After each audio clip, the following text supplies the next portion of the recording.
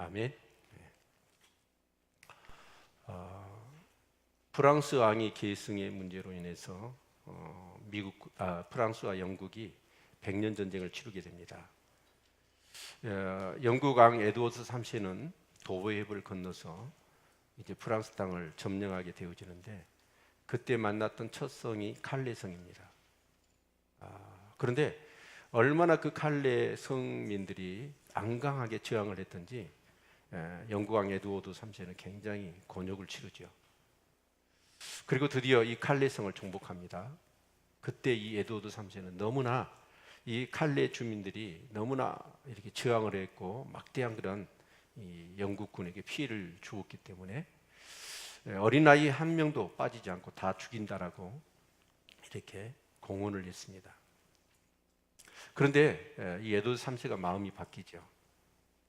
그래서 어떤 제안을 하냐면 이 칼레 주민 중에서 고위 그런 귀족들 중에 6명이 자원해서 스스로 목숨을 내놓으면 이 성의 모든 주민들은 다 살려주겠다고 얘기를 합니다. 그때 칼레 성의 가장 부자였고 귀족이었던 생피에르라는 사람이 내가 그 6명 중에 한 사람이 되겠습니다. 자원을 하게 되죠. 그러자 여기저기 칼레 그런 성의 성주 그리고 높은 신분의 사람들 6명이 자원을 하게 됩니다. 그리고 이제 그들은 이렇게 이 미리 얘기한 영국 변에 의해서 완전히 이제 속옷만 입고 이렇게 신발도 신지 않고 목에 이렇게 그 교수용을 받을 목에 줄을 이렇게 걸고 이제 성 밖으로 끌려 나가는 거예요. 이 성 주민들이 그 모습을 보면서 통곡합니다. 울부짖는 거예요. 자신들을 대신해서 그 6명이 자원해 가지고 스스로 목숨을 내놓는 거죠. 그 행렬을 보는 칼레 성 주민들의 마음은 너무나 아마 이렇게 애통했을 겁니다. 그런데 어떤 그런 마음이 전달됐는지 에드워드 3세는 마음을 바꿔요. 그 부인이 역할을 했다고 그래요. 저 사람들 자원하는 사람인데 훌륭한 사람인데 죽이면 되겠느냐. 그래서 그 6명을 살려주게 되죠. 그런데 이것으로 인해서 우리가 잘 이렇게 알고 있는 노블레스 오빌리주라고 하는 그런 이 용어가 탄생하게 되어집니다. 귀족들이 나름대로 어떤 자기의 어떤 그런 모든 그런 성공과 그런 부와 모든 것들이 결국 자기 의해서 자기 혼자의 어떤 노력과 힘으로 된 게 아니라 모든 사람의 희생의 근거에 된 것을 알고 이제 그런 있는 귀족들이 자원해서 뭐라는 거예요? 사회적인 의무를 다하는 것. 그것이 노블레스 오빌리주입니다. 어느 사회나 그렇습니다. 성숙한 사회는 누가 많을까요? 자원자가 많아요. 자원해서 뭔가를 하는 거예요. 저급한 사회는 뭔가 대가를 줘야 해요. 그러나 성숙한 사회는 자원해서 하는 거예요. 특별히 그렇습니다. 우리가 이 느헤미야서의 말씀을 보면 참 이 놀라운 부흥이 일어나거든요. 근데 그 부흥의 첫 발제 시발점이 무엇이었느냐라는 것을 살펴보는 것은 매우 중요합니다. 그건 뭐 때문이었죠? 자원하는 마음이었습니다. 우리 8장 1절을 볼까요? 8장 1절 같이 한번 보도록 하겠습니다.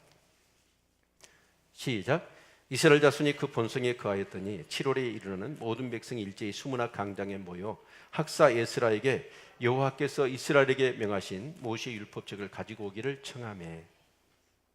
여기 지금 이 말씀 뭐냐면 이스라엘 백성들이 일제히 모든 백성이 일제히 수문학 강장에 모여들었어요. 이건 뭘 의미하냐면 누구에서 주도되거나 그 모임이 강요되거나 구성되지 않았습니다.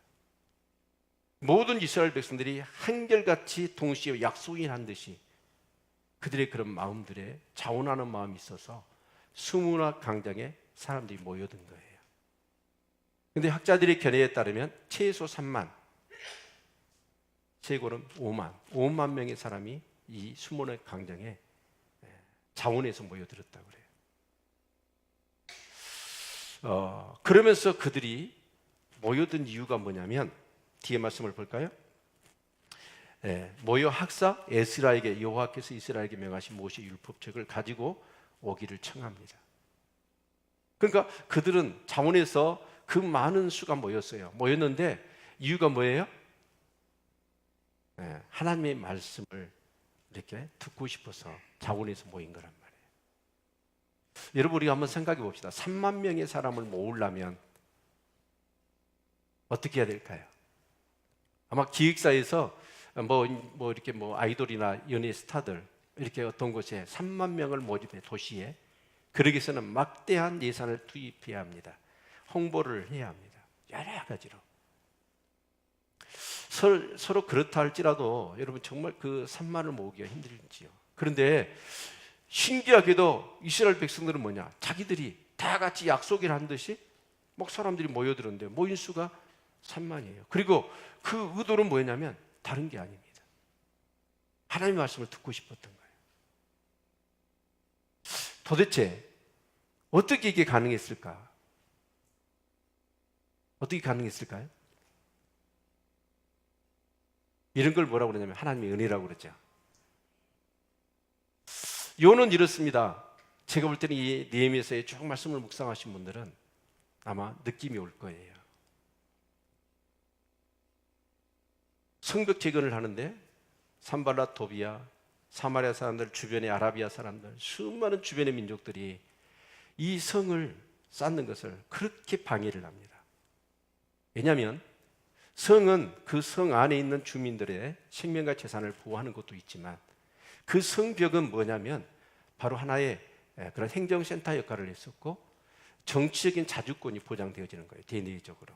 그러니까 성벽이 있어야 그 성을 한 나라로 정치적인 자주권이 있는 하나의 그런 공동체로 인정을 해주는 거예요. 그래서 느헤미야는 또 이스라엘 백성들은 어쩌냐? 이 성벽을 쌓는 것이 올인을 하는 거예요. 그런데 그 주변, 특별히 사마리아나 주변 나라들은 전에 어떤 경험을 했었냐면 트라우마지요. 이 유대 땅에 다윗이라는 왕이 있었습니다. 그리고 다윗의 이 왕국이 이뤘을 때 다윗은 전쟁을 하면 백전백승이었습니다. 그리고 주변 나라들을 전부 다 정복을 해가지고 자기 속국을 만들었어요. 그래서 이 조공을 바치게 했거든요. 근데 다시 이스라엘이 성벽을 쌓기 시작하고 그러면 또 다윗 왕국과 같은 나라가 되어지면 자기들이 그런 치욕을 다시 경험해야 되잖아요. 그래서 아예 그냥 이 성벽을 쌓지 못하도록 거의 필사적으로 공격을 하고 방해를 했던 겁니다. 그런데 참 느헤미야의 리더십을 보면 놀랍습니다. 태산과 같아요. 그렇게 집요하고 끈질기고 아주 수단과 방법을 가리지 않고 여러분 공격해오고 방해를 함에도 불구하고 느헤미야는 어때요? 끄떡하지를 않습니다. 그런데 그 비결이 뭐였냐면 느헤미야도 역시 뭐하는 사람이에요? 자원하는 사람이었어요. 그는 페르시아 제국의 실세 비서실장이었습니다. 근데 이 자기 동생 하나니가 예루살렘에 갔다 소식을 전하는 거예요. 자기 고국 이스라엘 민족들이 이제 성전은 쌓았는데 성전은 세웠는데 성벽이 없다 보니까 계속해서 주변 나라들이 약탈을 하고 방해를 하고 해파됐다는 이 얘기를 듣자 그 고위 공직자가 그 자리에 덜썩 주저앉고 펑펑 울어버립니다. 그러면서 금식을 하죠. 그리고 결단을 합니다. 내가 이 성벽을 쌓는 일에 내가 참여를 해야 되겠다. 그리고 성벽 공사를 마쳐야 되겠다. 이런 결단을 하게 되죠. 그러나 자기의 어떤 그런 직분이 있기 때문에 앙 앞에서 내식을 하지 않습니다. 금식을 하기 때문에 어쩔 수 없이 그런 모습이 아마 앙에게 드러난 것 같아요. 그래서 어느 날 페르시아 앙이 아닥사상이 묻습니다. 내게 질병이 없는데 어찌하여 얼굴이 그리 수심이 가득하냐. 때는 요때라 생각해서 이 느헤미야는 사실을 얘기합니다. 그러면서 왕께서 허락만 하신다면 내가 가서 성벽을 쌓겠습니다. 그러자 왕이 허락을 하는 거예요. 그래서 이제 예루살렘에 와가지고 이 성벽을 쌓는데 엄청난 그런 공격이 있었어요. 근데 그 공격을 이겨낼 수 있었던 건 뭐예요? 예레미야는 특별히 자원했습니다. 그리고 두 번째는 그는 기도가 체질화된 사람이에요. 그래서 기도가 몸에 배어 있어요. 항상 기도합니다. 기도보다니까 어째요? 성령께서 예레미야에게 믿음을 주시고 지혜를 주시는 거예요. 그래서 적들이 음모나 계계를 전부 다 간파해 버리는 거예요. 그래서 그렇게 공격을 하는데도 불구하고 느헤미야는 오히려 이스라엘 백성들과 더 경계를 굳게 하고 더 열심히 성벽 재건을 힘쓰는 것입니다. 여러분, 그 일로 인하여 대적들이 어떻게 됐다고 그러죠? 낙담했다는 거예요. 우리 사랑하는 성도들에게도 이런 역사가 있기를 바랍니다. 사단이 우는 사자같이 우리를 공격하고 우리를 괴롭힐 때 우리가 기도하고 성령으로 충만하고 여러분 정말 말씀으로 무장해서 사단이 아무리 주비하고 끈질기게 우리를 공격하더라도 오히려 제풀에 지쳐가지고 사단이 낙담할 수 있는 그런 믿음의 삶이 되시기를 바랍니다. 자, 우리 옆 사람 인사합시다. 사단을 완전히 괴롭힙시다. 아멘? 네. 그래서 여러분 100여 년 끌어왔던 성벽 공사가 52일 만에 완공이 되는 거예요. 그런데 느헤미야는 어쩌냐? 이제 성벽 쌓았으니까 나는 됐어. 그리고 페르시아 궁으로 수상궁으로 돌아가는 게 아니었어요. 여러분, 성벽은 어디까지나 하나의 하드웨어였습니다. 그래서 이제 행정체제를 만들어야 되잖아요. 리더십을 세워야 되잖아요. 그리고 많은 사람들이 이제 이 유대 땅으로 돌아왔지만 그들이 이곳저곳이 흩어져 있습니다. 성벽은 쌓았지만 성이 어떻게 보면 성으로서의 요구 조건이 부족합니다. 그래서 인구조사를 단행하지요. 그리고 사람들을 예루살렘 성으로 이주를 시킵니다. 그래서 결국은 이제 예루살렘 성이 성벽도 성전도 쌓아지고 거기에 뭔가 행정체제나 모든 정치적인 시스템이 갖추어지고 사람들이 이주하면서 뭔가 이 예루살렘 성이 성으로서의 꽉 찬 모습을 이스라엘 백성이 느꼈던 거예요. 그러면서 이스라엘 백성들은 지금까지 이 가정을 모든 것을 돌아볼 때 이건 불가능한 일이었습니다. 근데 이게 이루어졌단 말이에요. 그래서 이스라엘 백성들은 이게 하나님의 은혜구나. 뭐라고요? 하나님의 은혜구나. 이것을 그들이 절감하게 된 거예요. 근데 신기하죠? 하나님의 은혜가 임하면, 여러분, 하나님의 은혜가 어떤 경우든지 우리에게 임하면 우리에게는 어떤 현상이 일어날 것 같으세요? 대부분 여러분이 하나님의 은혜가 임하면 여러분에게 뭘 하고 싶어지죠? 만약에 은혜를 받았는데 뭔가 더 깊고도 아름답고 정말 그런 은혜를 추구하는 마음이 없다면 그 은혜는 거짓이네요. 은혜의 속성은 뭔가 은혜를 받으면 더 큰 은혜를 사모하게 돼 있는 거예요. 우리 그렇잖아요. 어디 멀리 맛집 있다고 해서 가서 이렇게 음식을 먹어봤어요. 너무 맛있죠? 그러면 어쩌죠? 아무리 멀어도 그것이 가요, 안 가요? 가잖아요. 은혜가 그런 거예요. 그래서 그런 은혜를 그들이 경험하고 나니까 사람들이 마음 가운데 뭔가 은혜를 사모하는 마음이 있었던 거예요. 그래서 그들은 약속이 한 듯이 다 같이 수문학 강장에 모여드는데 그 수가 3만 이상이 되어진 거예요. 그러면서 그들은 요구하는 게 뭐냐면 하나님의 율법책을 우리에게 읽어주라는 거예요. 여러분, 이런 역사가 있기를 축원합니다. 아멘. 네. 여러분, 그래서 이 7월 1일, 근데 마침 공교롭게도 그날이 무슨 날이었냐면 나팔절이었어요. 이스라엘의 절기였단 말이에요. 그러면서 그 무리가 이렇게 에스라가 가서 이렇게 말씀을 전합니다. 말씀을 전하는데 참 신기한 그런 행동들을 이스라엘 백성들이 보이는 거예요. 왜냐하면 그들은 지금 바빌론의 포로로 끌려가서 페르시아까지 하면 한 100년 이상이 지나온 세대예요. 그러니까 포로로 끌려갔던 1세대는 죽어버렸고 그 2세대도 죽은 사람이 많이 있었을 거예요. 3세대, 2세대가 섞여서 아마 이 예루살렘 땅으로 돌아왔겠죠. 그래서 그들은 뭐예요? 하나님을 잘 몰라요. 말씀을 잘 몰라요. 어떻게 말씀을 받아야 되는지도 몰라요. 그 말씀을 받고 어떻게 행동해야 되는지도 몰라요. 근데 참으로 놀라운 일이 일어납니다.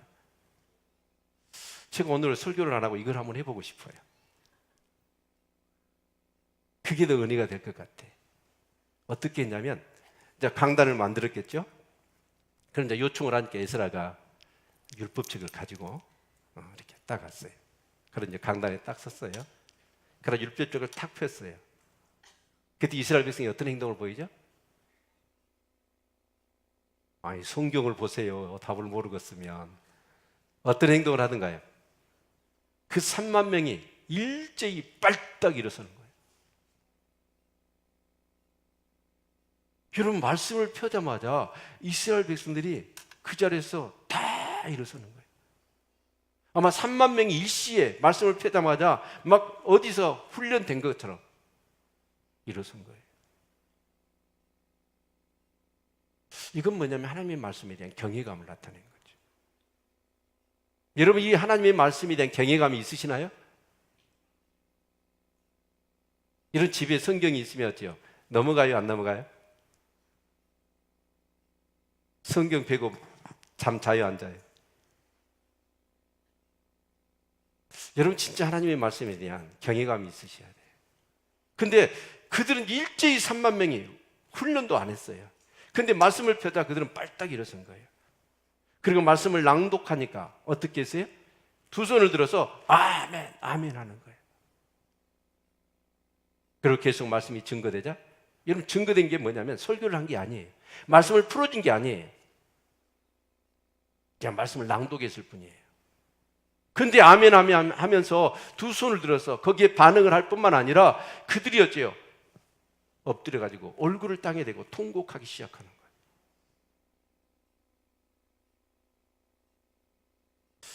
그럼 정말 신기하죠? 아멘? 정말 은혜라는 건요, 이런 역사를 하더라고요.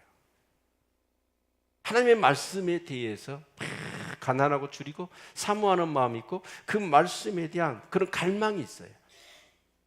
그래서 그냥 말씀을 폈는데 빨딱 일어설 뿐만 아니라 말씀을 주는 것도 하니까 두 손 들어서 아멘, 아멘, 거기에 화답을 하는 거예요.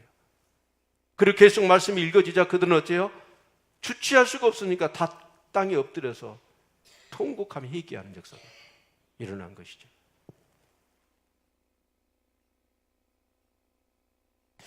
(3만 명이 되는 사람들, 에스라가 어떻게 스피커도 없는데 말씀이 전달됐을까? 여기 봤더니 강단에 13명, 강단 밑에 13명의 레위인들이 이제 아마 이렇게 말씀을 전달해 준 것 같아요. 그래서 이스라엘 백성들이 또 거기에는 3만 명 정도 최소 모였다고 했을 때 굉장히 사람들이 웅성거리기도 하지 않았을까요?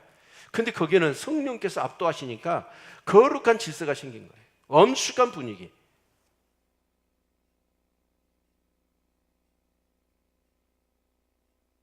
그런데요, 그런 역사가 일어나다 보니까 여러분, 에스라나 느헤미야나 지도자들이 뭘 하냐면 백성들을 뜯어 말기는 거예요. 오늘은 거룩한 성일이고 절기인데 우리가 크게 즐거워하고 기뻐해야 될 이 축제가 아니냐, 우리가 우는 것이 마땅치 않다라고 하면서 막 엎드려서 막 얘기하고 통의하고 자복하는 사람들의 마음을, 사람들을 막 일으켜 세우는 거예요. 그러면서 우리가 즐기자고 하니까 사람들이 각 집에 가서 음식을 내오는 거예요. 그리고 그 음식을 나누는데 얼마나 큰 기쁨이 있었는지 몰라요. 그 일을 어떻게 했어요?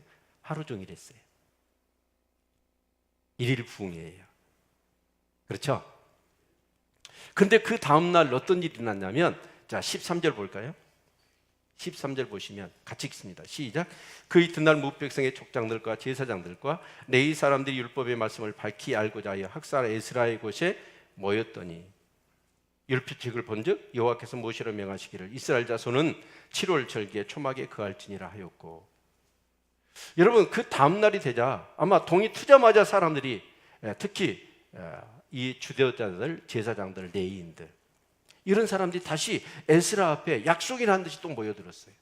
모여들어서 그들이 원하는 게 뭐예요? 그 하나님의 말씀을 좀 밝히 알고 싶다. 그 말씀을 좀 가르쳐달라 라고 해서 모여든 거예요. 여러분, 여기서요, 정말 우리 자신들의 어떤 그런 영적 상태를 한번 이 말씀에 비추어서 점검해 보았으면 좋겠어요. 여러분, 목사가요, 이제 우리 교회 부흥회를 한번 해야 되겠다. 성도들, 제일 뭐가 고민이 될까요? 목사 입장에서. 네?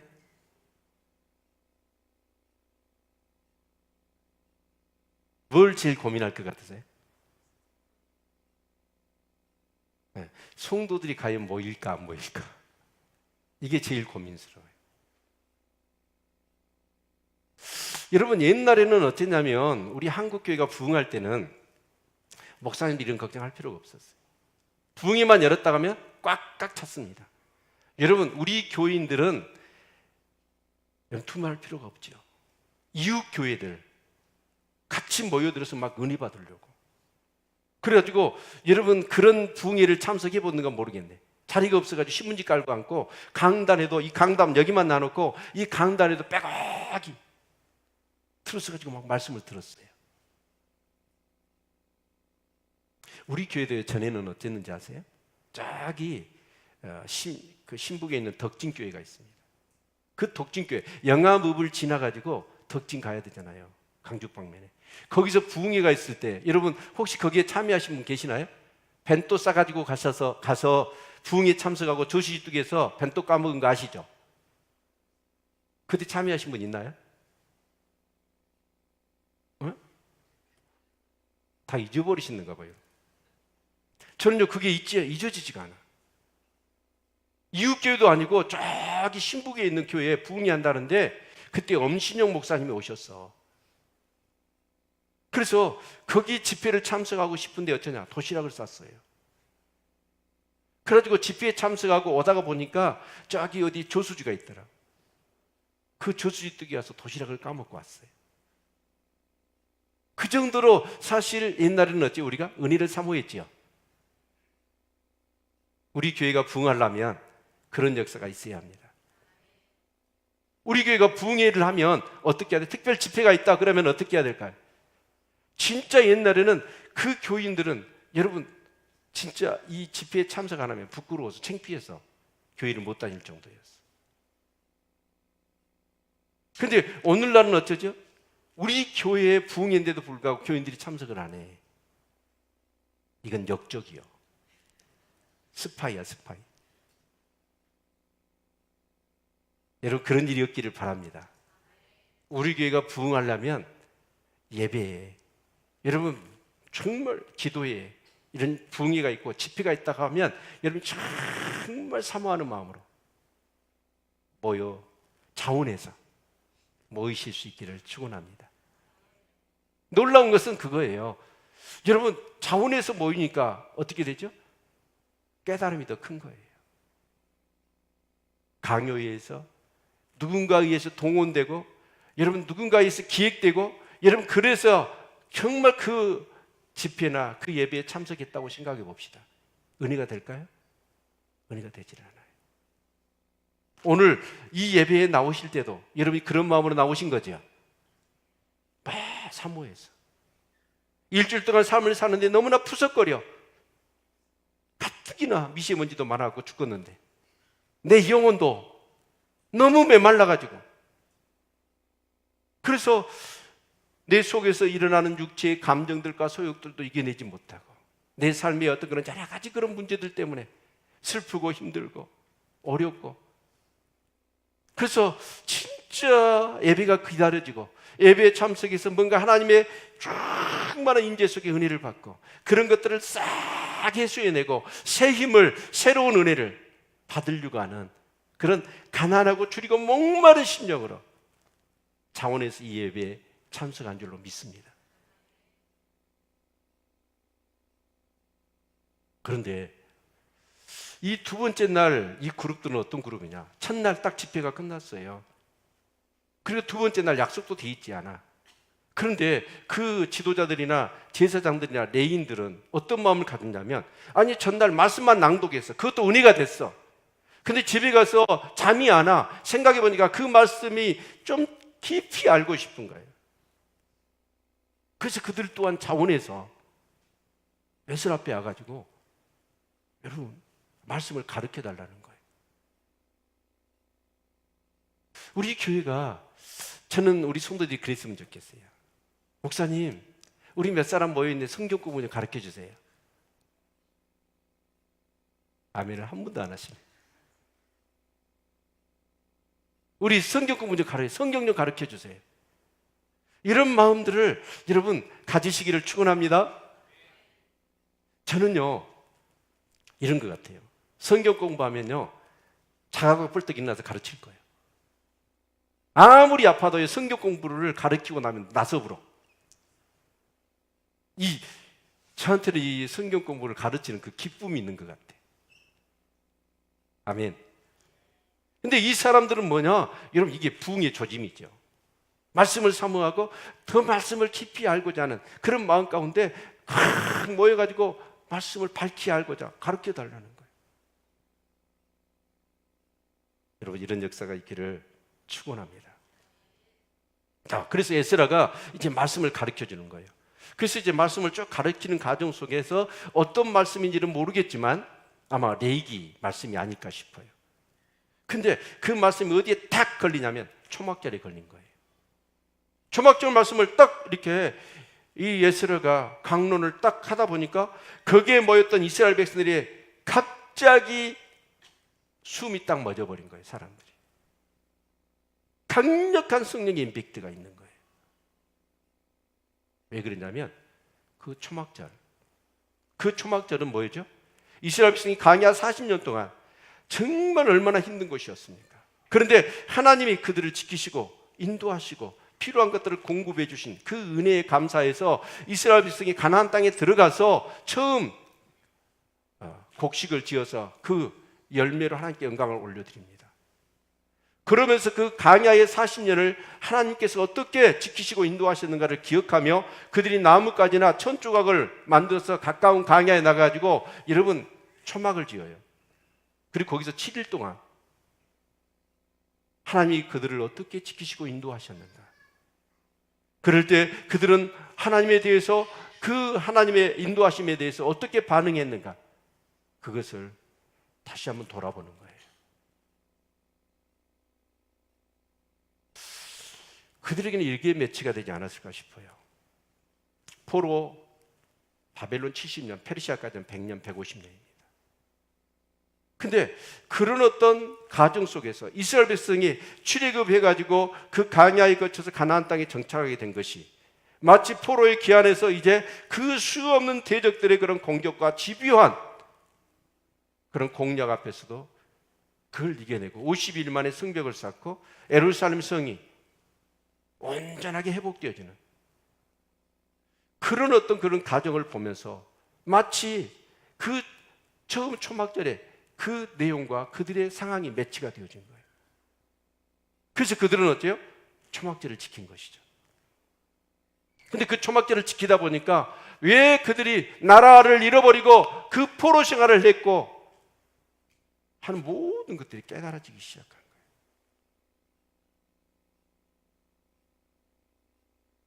여러분, 하나님의 말씀은 능력이 있습니다.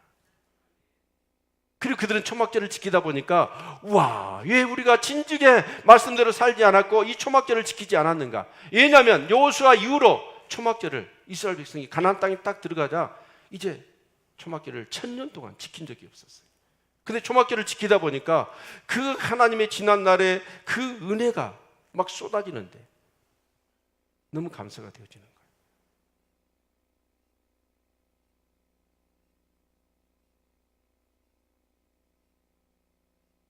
사랑하는 성도 여러분,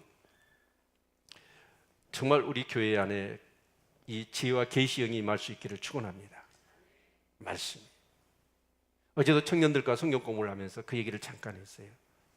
청년이 그 무엇으로 행실을 깨끗게 하오리까? 오직 주의 말씀을 따라 상갈 것입니다. 그런데 오늘 이 모든 세상은 트렌드화되어 있습니다. 보편타당한 진리들, 적어도 이 사회가 유지되기 위한 가장 기본적인 윤리와 도덕도 너무나 바뀌어버렸습니다. 그러다 보니까 사람들이 바뀌어버린 거예요.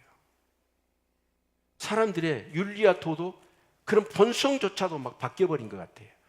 가치관이 너무나 혼란스러워요. 그건 왜 그러냐면 사람이 세운 기준, 이 세속적인 어떤 그런 사조나 흐름에 의해서 사람들이 그렇게 바뀌어버린 거예요. 근데 우리는 말씀을 잘 알고 있습니다. 푸른 마르고 꽃은 시드나 하나님의 말씀은 영원합니다. 아멘. 그래서 말씀이 기준이 되고 우리의 삶의 다름줄이 돼야 돼. 그 말씀이 나의 가치관이 되고 나의 사고방식이 되고 내 의식이 되어 있어야 돼요. 그런 사람은 아무리 시대가 변하더라도 변하지 않습니다. 하나님의 말씀이 체질화되어 있고 내면화되어 있는 사람. 근데 우리는 말씀을 알아요. 아는데 그렇게 살고 싶어요. 말씀대로 살면 하나님이 우리에게 축복하신다는 것 알아요. 근데 우리는 말씀대로 살지 못해요. 왜 그럴까요? 말씀이 내 것이 안 돼 있는 거예요. 내면화가 안 돼 있는 거예요. 그래서 이스라엘 백성들은 여러분 그 부모들이 자녀들이 어린 시절부터 철저히 말씀을 교육하고 말씀을 학습하고 말씀에 훈련을 시키는 거예요. 그래서 말씀이 남의 것이 아니고 하나님 얘기가 아니고 하나님의 생각이 아니고 이 말씀이 내 것이 돼야 돼요. 그러기 위해서 유대인들은 어려서부터 아이들을 훈련을 시키는 거예요. 그래서 여러분 이 내면화 작업, 내면화는 어떻게 되냐면 훈련을 통해서 되는 거예요. 제가 그런 예를 들었는데, 이걸 유리컵이라고 합시다. 여기에다 벼룩을 넣어놔요. 벼룩은 어때요? 높이뛰기 영수죠? 달인이에요. 한 1m를 뛴대요, 벼룩이. 근데 벼룩을 훈련시키는 거예요. 자, 유리컵 안에다가 벼룩을 넣어놓고 유리 컵으로 딱 씌워놔요. 그럼 이제 벼룩이 탁 튈 거 아니에요. 그럼 어디다 부딪혀요? 유리에다 부딪혀요. 아이고 아파라. 근데 또 뛰어요. 또 부딪혀요. 계속 뛰니까 부딪히는 거예요. 아프겠죠. 그럼 벼룩은 어떻게 생각할까요? 높이 뛰면 아프다. 그래서 어디까지만 뛰어요? 여기 딱 안 부딪힐 정도만 뛰는 거예요. 그게 이제 훈련이 되면 뚜껑을 딱 벗겨요. 그럼 이 마개가 없는데도 불구하고 벼룩은 어디까지만 뛰어요? 그래서 컵에서 벗어나지를 못해. 여러분 서커스에 여러분 코끼리, 근데 이 어렸을 때 코끼리도 그렇게 훈련을 시킨다고 그래요. 말뚝을 박아놔요. 그리고 다리를 묶어놔요. 쇠줄로. 근데 거기 장치를 해놓고 그 쇠줄의 범위를 넘어가면 이 코끼리 발이 통증이 느끼게끔 장치를 해놓는 거예요. 그럼 좀 더 높이 벗어나면 멀리 가려고 하면 아파. 또 벗어나면 아파. 그렇게 이제 아프다는 것이 훈련된 거예요. 그러다 보니까 어때요? 딱 그 줄 범위에서만 놀아. 그래가지고 훈련을 시킨 거예요. 여러분 정말 우리가 하나님의 말씀도 마찬가지라고 봐야 돼요. 이 말씀이 내 것이 될 수 있기를 축원합니다. 그래서 이 말씀이 내면화, 체질화, 의식화가 되어야 돼요. 아멘. 그런데 여러분 한번 생각해 봅시다. 참 이스라엘 백성은 하나님의 은혜가 임하니까 막 말씀이 듣고 싶어. 또 말씀을 들었더니 그 말씀을 더 알고 싶어. 막 이런 마음들이 막 안에서 불일 듯 일어난 거예요. 자, 우리 경우를 한번 놓고 볼까요? 하루에 성경 말씀을 안 봐요. 아니 그 얘기 하지 말고 먼저 자, 오늘 하루 세끼 밥을 안 먹었다고 생각해 봅시다. 여러분 어떠세요? 배고프죠? 자, 세 끼 정도 굶었네요. 자, 그러면 무엇만 생각나죠? 먹는 것만 생각나요. 제가 전에 금식하다가 우와, 그 전남대학교 그 도서관에 이렇게 중앙 도서관에 기둥이 있거든요. 그때 한 3일인가 4일 금식했는데 그 기둥을 봤더니 그 기둥이 전부 다 소시지로 보는 거예요. 먹는 것으로 다 보여요. 전신주가 막 소시지로 바뀌어. 막 그 구정 때 그 떡국 쓰는 그 가래떡 있잖아요. 막 그걸로 보이는 거예요. 다 먹는 것밖에 생각이 안 나. 자, 근데 한번 생각해 봅시다. 하루에 하나님 말씀을 안 읽었어. 이건 영의 양식 아니요? 그죠? 근데 이 영의 양식을 안 먹었는데 하나님 말씀이 뭐 진짜로라면 책을 보면 전부 다 성경책으로 보여야 돼. 그리고 막 성경을 읽고 싶고. 여러분, 그래야 안 그래요? 솔직히 얘기해 보시오. 우리끼리 있으니까. 아니, 하루, 이틀, 3일 성경을 안 봤는데 막 성경 말씀이 땡기고 막 배가 고파서 막 성경을 읽고 싶고 듣고 싶고. 그런 마음이 없다면 뭐가 뭐예요? 영적으로 병든 거예요. 그렇죠? 아직도 말씀이 내 것이 안 돼 있는 거예요. 내 말이 영이요 생명인 줄로 믿습니다. 하나님 말씀이 영이요 생명이에요. 나에게 생명을 주는 거예요. 그런데 신기하게도 동서고금을 막론하고 모든 교회 역사 가운데 은혜가 임하면 사람들이 뭘 막 배고파하냐면 하나님 말씀이에요. 말씀이에요.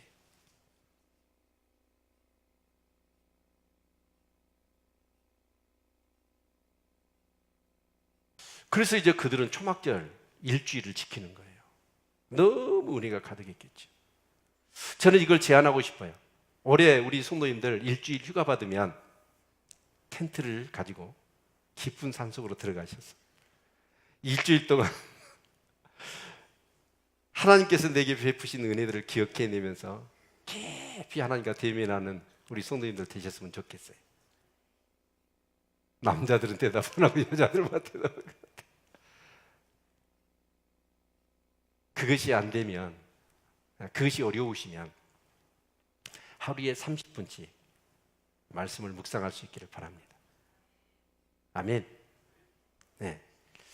그리고 이제 24일이 됐어요. 7월 24일. 아마 이제 초막절 절기가 다 끝나고, 모르겠어요. 그 24일이니까 계산을 해보니까 한 하루 이틀. 그런데 여기 9장 1절 볼까요? 그달 24일에 이스라엘 자손이 다 모여 금식하며 굵은 배를 입고 티끌을 무릅쓰며 모든 이방 사람과 절교하고 서서 자기의 지혜와 열주의 허물을 자복하고 이날의 낮 4분의 1은 그 초소에서 서서 그 하나님 여호와 율법책을 낭독하고 낮 4분의 1은 죄를 자복하며 그 하나님 여호와께 경배했다. 사람들이 다시 모인 거예요. 이제 이번에는 모여가지고 뭘 하냐? 금식을 하는 거예요. 그리고 굵은 배를 입고 티끌을 무릅쓰는 거예요. 이건 이스라엘 백성이 뭐 할 때 하는 행동이죠? 회개할 때 하는 행동이에요. 여러분, 말씀이 임하면요 하나님을 알게 됩니다. 그리고 하나님을 알게 되면 내 자신을 알게 되는 거예요. 그런데 어떻게 알게 되냐면 우리가 생각하는 것보다도 훨씬 더 하나님이 좋으신 하나님, 신실하신 하나님, 전능하신 하나님으로 알게 돼요. 말씀을 보게 되면. 거기에 반면에 나는 어떻게 알아요? 그 놀라우신 하나님의 은혜와 사랑과 그 전능하시고 신실하신 하나님에 반해서 나는 얼마나 죄인인가, 얼마나 문제투성인가, 이것이 깨달아지는 거예요. 그러면서 자연히 우리 마음 가운데 뭐가 와요? 애통하는 마음이 오고 회개하는 마음이 와요. 아멘. 그래서 7월 1일, 7월 2일 그리고 초막절 그 절기 내내 하나님의 말씀이 막 임하고 성령이 역사하시니까 그들은 이제 하나님을 알게 돼요. 그리고 하나님을 알게 되니까 자신들의 조상들, 자신들이 어떤 모습인가 하는 것을 깨달아 알면서 막 회개에 임한 거예요. 그래서 금식을 하고 굵은 베옷을 입고 티끌을 뒤집어 쓰고.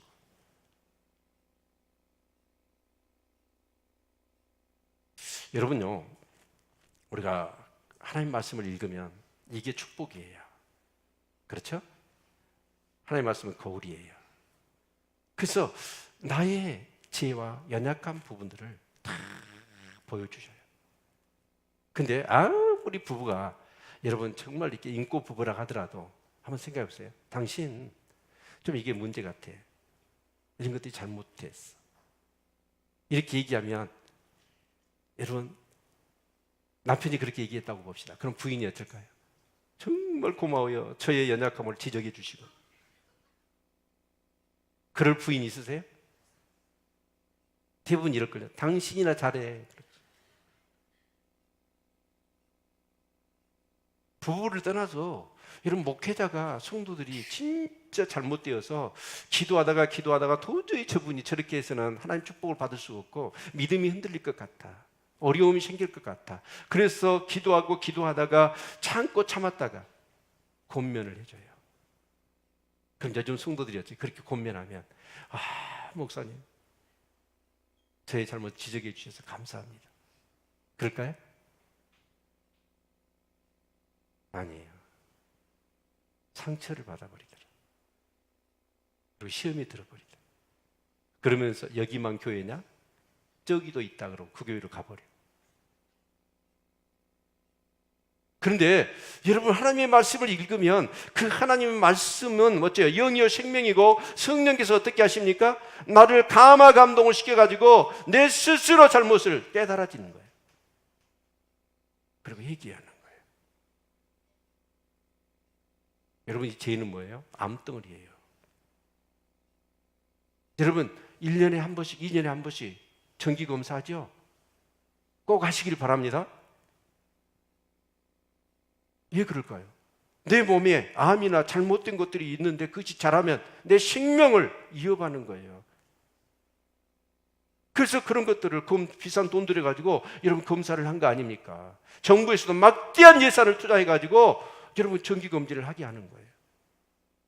그런데 우리는 그래요. 이 하나님의 말씀을 통하여 나의 지금 저주를 끌어들일 수 있는 그런 제약된 모습들이 무엇인가를 말씀을 통해서 막 깨달아지는 거예요. 깨달아질 뿐만 아니라 성령님이 역사하시니까 그것을 막 토해내는 거예요. 얘기하게 하는 거예요. 아멘. 그러면서 사람들이 2절에 보니까 모든 이방 사람과 절교했다는 거예요. 여러분, 이방 사람과 절교했다는 말의 의미는 이런 의미 같아요. 이스라엘 백성들이 이제 바벨론에 끌려가고 이제 페르시아에 의해서도 지배를 받았잖아요. 그러다 보니까 이 이스라엘 사람들이 이방 여인들과 막 결혼을 하고 사귀게 된 거예요. 그러다 보니까 이방 세속적인 가치가 아니라 세속적인 그런 문화나 그런 것들이 몸에 배어버린 거예요. 그런데 하나님의 말씀을 이렇게 깨닫고 보니까 그들의 조상과 그들이 얼마나 잘못된 사고방식, 정말 하나님이 싫어할 수 있는 그런 가증스러운 그런 문화가 자기 몸 가운데, 피 가운데 흐르고 있는 거예요. 그래서 그것을 다 끊어버린다는 거예요. 이게 하나님의 은혜입니다. 아멘. 제가 어제 이발을 하러 갔어요. 갔는데 이제 그 기다리는 사람들이 한 60대 초반에서 중반 정도 되는 사람들이에요. 근데 가만히 이발하면서 들어보니까 이분들이 그런 것 같아요. 어중간하대요. 60살이 돼가지고 노인당에 가면 눈치 본대. 그러니까 노인당에는 못 간대요. 그럼 우리는 어디를 가야 되느냐? 60대가 가는 게 춤추러 다닌대요. 춤이 유행이라네, 60대가. 그래가지고 하는 얘기가 보면 춤을 추려면 누가 있어야 돼요? 파트너가 있어요. 근데 여자들 이름이 막 거론되는 거 보니까 자기 부인을 그렇게 안 불러. 자기 부인이 아니더라고. 그러면서 어떤 파트너는 진짜 이렇게 육박 그러더라고. 육박이 뭐예요? 나중에 봤더니 육박자, 춤을 추려면 육박자를 잘 맞춰야 되는가 봐. 근데 이게 육박자가 맞추기 어려운가 봐. 그래가지고 누구는 정말 몸치여가지고 육박을 못 맞춘다고. 그러면서 그 여자하고는 싫다고. 그래서 막 그런 얘기를 하는 거예요. 그 춘 얘기를 하는데 제가 이제 가만히 이발을 하면서 저도 옛날에 청년 때요 디스코텍을 많이 다녔어. 그래서 디스코텍에 친구들이 가면 그러잖아요. 내 친구는 이제 거기 가면 목적이 헌팅하는 거, 헌팅. 네? 여자가 꼬시려고. 근데 정말 저 그런 거 싫어했거든요. 이 고등학교 때 소풍 가면 작은 메뚜 뒤에 모여가지고 녹음기 막 큰 거 가고 그거 틀어놓고 막 술 먹고 막 춤추잖아요. 그러면 저 페류나들 막 나는 그랬거든요. 근데 그 친구들과 어울리다 보니까 그 디스코텍 가가지고 뭘 하냐면 나도 춤을 추고 있어. 근데 그 사이키우 조명이 팍 트잖아요. 그럼 손만 올려도 춤 잘 춘 것 같아. 막 거기에 자기도 막 어째요? 도취가 되는 거예요. 근데 지금 생각해 보니까 그 짓을 뭐 때문에 했는지 도저히 이해가 안 가는 거예요. 은혜가 임하니까 그게. 또 제가 꽤나 술도 먹고 담배도 피웠어요. 근데 은혜 받고 보니까 도대체 그 백해무익한 짓을 무엇 때문에 했는지 모르겠어. 은혜가 임하니까. 여러분, 우리에게 은혜가 임하면 하나님이 싫어하고 하나님이 원치 않는 그런 모든 것들이 말씀 안에서 다 드러나 버려요. 그리고 계속해서 우리가 은혜가 임하면 그것을 끊어버리지 않으면 견딜 수가 없어요.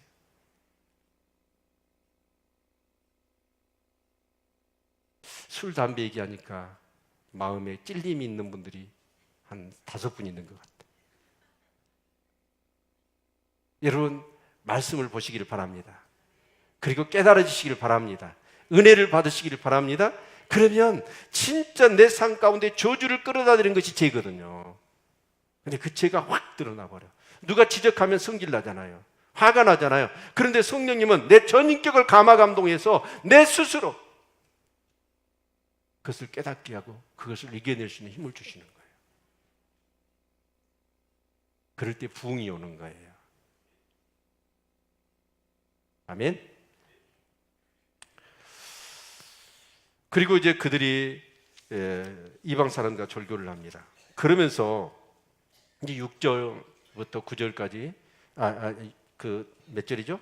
9장 3절 3절 내용을 봤더니 낮 4분의 1은 서서 하나님의 말씀을 이렇게 낭독할 때 들었고 낮 4분의 1은 회개하며 하나님 앞에 찬송을 드리고 있어요. 여러분 한번 생각해 봅시다. 그러면 이제 낮 4분의 1이니까 유대인들은 6시부터 9시까지 9시부터 12시까지 12시부터 3시부터 6시까지 이렇게 낮을 4등분했어요. 그러면 낮 4분의 1 동안 하나님의 말씀을 서서 들었대요. 여러분 하나님의 말씀을 낭독하는데 여러분이 서서 3시간 동안 여러분 가만히 가면 누워 이 말씀 보면서 이런 생각이 들더라고요. 이 설교자는 서서 설교를 해야 되고 성도들은 앉아서 들어야 되죠.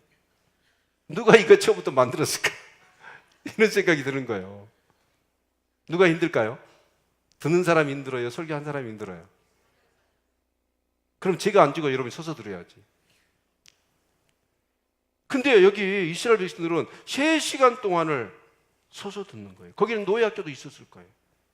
여러분 3시간 그 자리에서 가만히 여러분 움직이면 그 많은 사람이 움직이면 얼마나 여러분 부스럭거리고 소란스러워요. 그러니까 움직이도 안 했을 거예요.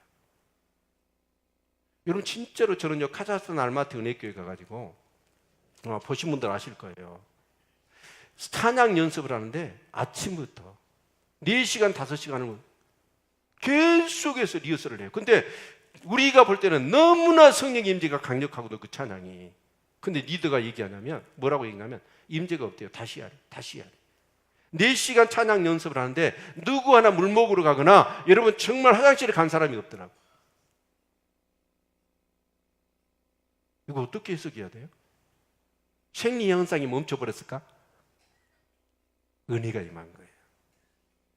은혜가 임하니까 그게 가능한 거예요. 여러분 3시간 동안 노약자 주시는데 말씀을 이렇게 낭독했더니 사람이 움직이지도 않고 3시간 동안 말씀을 듣는 거예요. 그리고 3시간 동안 뭐래요? 회개하고 막 하나님을 찬양해요. 은혜가 임하니까. 그 은혜가 임했다는 뜻이 뭘까요? 하나님을 알게 되고 그 하나님을 통해서 나의 자신을 알게 되는 거예요. 그러니까 막 통에 자복하면서 그 하나님을 경외하고 그 하나님이 너무나 감사하고 여러분 그런 역사가 있기를 축원합니다. 우리는요 갈수록 세대가 그런 것 같아요. 이 죄를요 죄에 대한 기준이 점점 애매모호해져요.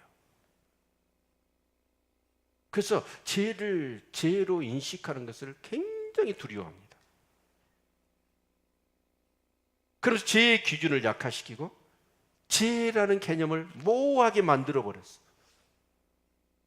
근데 성경은 전부 다 뭐예요? 우리 죄 문제예요. 여러분, 하나님의 말씀을 깊이 보시기를 축원합니다. 그리고 이 말씀은 거울이에요. 정말 우리의 눈 속에 둘보는 보지 못하고 남의 눈 속에 튀는, 여러분, 보는 게 우리의 모습이에요.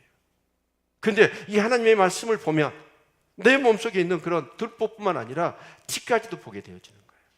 그리고 그런 제약된 것들을 다 여러분 회개하고, 그럴 때 우리의 삶의 변화가 되고 하나님의 은혜가 임하고, 그럴 때 뭐가 임하는 거예요?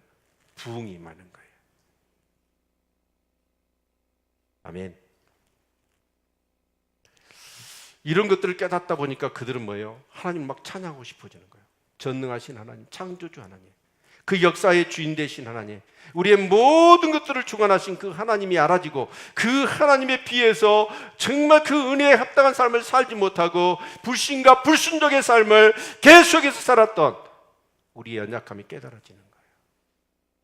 그러니까 막 통에 자복하고 견딜 수가 없는 거지.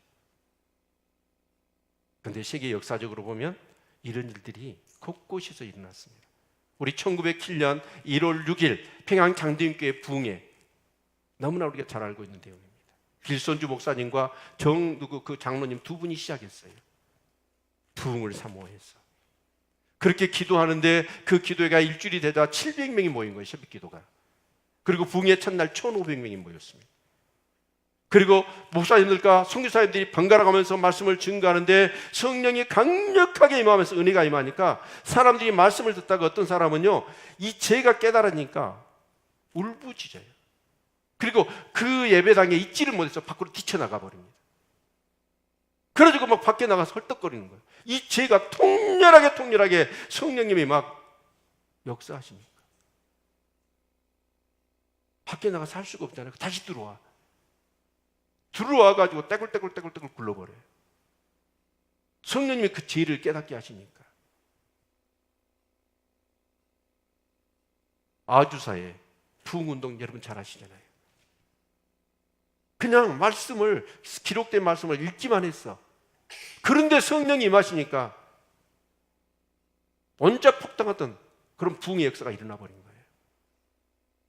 그래서 평양 장동교회에 여러분 마지막 날 집회에 어마어마한 사람들이 모여들고, 소문 나니까 어쩌냐, 전국에서 사람들이 그곳으로 모여들고, 여러분 중국에서도 사람들이 모여들었어. 북경, 몽골 사람들이 모여들어가지고 막 은혜를 받는 거예요. 그러면서 사람들이 바뀌고 변화된 거죠. 여러분, 이런 역사가 있기를 축원합니다. 아멘. 여러분, 결국 성벽을 짓고 모든 리더십을 세우고 체제를 정비하고 인구조사를 통해서 성을 만들어 놨어요. 그런데 그곳에 하나님 말씀이 없으면 하나님의 나라가 어떻게 이루어지는 거예요? 저는 우리 성도님들에게 도전을 던집니다. 훈련하시기를 바랍니다. 아까 벼룩 얘기하고 코끼리 얘기했지만 매일매일 하나님 말씀 앞에 여러분 대면하셔야 돼요.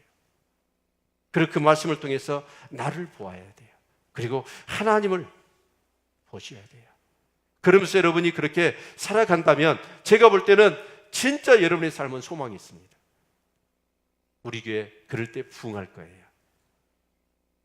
여러분 예배 때마다 말씀을 사모하고, 여러분 정말 여러분 기도회 때마다 하나님 앞에 엎드려 회개하고 기도하고, 그럴 때 성령이 역사하시는 거죠. 그리고 교회는 놀라운 부흥을 이루어 갈 줄로 믿습니다. 마지막 한 가지, 여러분 그 이스라엘 백성이 그렇게 기도하다 보니까 여기 아브라함 얘기 나오잖아요.